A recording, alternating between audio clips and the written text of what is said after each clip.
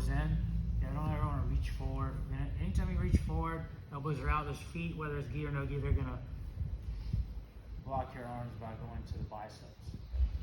So elbows in, like to come a little bit at an angle. You're gonna have to decide which leg you want to lead with, because one of the main knee slice principles or concepts will be that one leg ends up between your legs. Okay. If you hear the term headquarter position, what that is kind of like this position, right? Kind of sitting in on the ankle, and this will lead you to the knee slice pass. And we also see as the knee slice works really well with the what's called the smash pass or the folding pass. And we're going to touch on that today as well.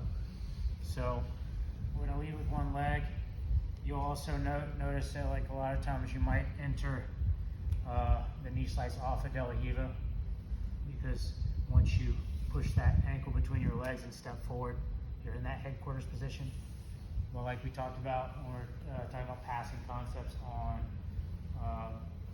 Tuesday, is that we want to try to avoid being in someone's guard with a lot of grips. So we're going to get to our passing position as quickly as possible. So I'm going to come in, get my grips, elbows in, push the heels towards the butt, and a little bit off to the side. So I'm coming in a little bit of an angle. Once I get here, I'm going to shift my hands. So my right hand is going to slide to the inside of the hip here. My shoulder is going to be nice and low. If we're up here, we're always going to deal with the knee shield once we get into the knee slice. So you need to end up getting the knee and elbow together, and the shoulder you're going to want right inside the knee on this entrance. From there, I'm going to press the knee on the inner part of the knee towards the floor. As I do like a lateral slide across, dropping my shoulder inside of his knee, so I don't have to deal with that knee shield.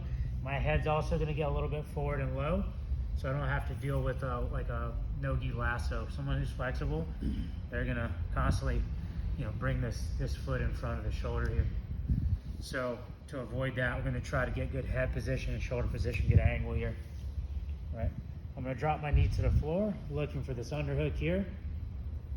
Pull the elbow up into my armpit, slide my hip to his hip, and then I'm going to walk my hips back by pushing off my feet, circling backwards, turning his knees, and get my underhook and cross face, chest to chest.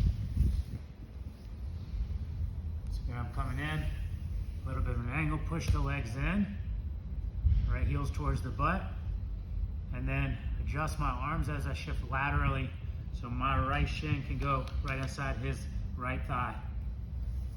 Try to get my head low, shoulder low, my elbow back by my hip, framing against his hip so he doesn't put the knee shield in. If I'm up too high, knee shield. Okay. Also, if I'm here, not close enough, he'll push me with his hands to create that space to get the knee shield. Okay. If I just drop my elbow here and I don't close the distance here, he's going to drive his knee into my arm, and it's going to force me to come back over the top. And so now he has the knee shield again. So I'm going to avoid that by closing this distance, right?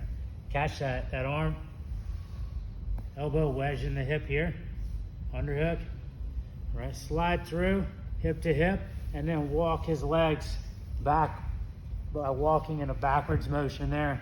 Get a nice strong cross face, pulling his head in nice and tight. You can connect your hands here if you want to.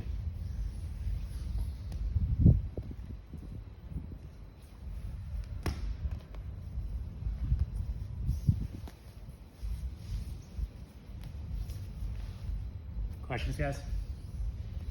Let's work on our knee slice 1, 2.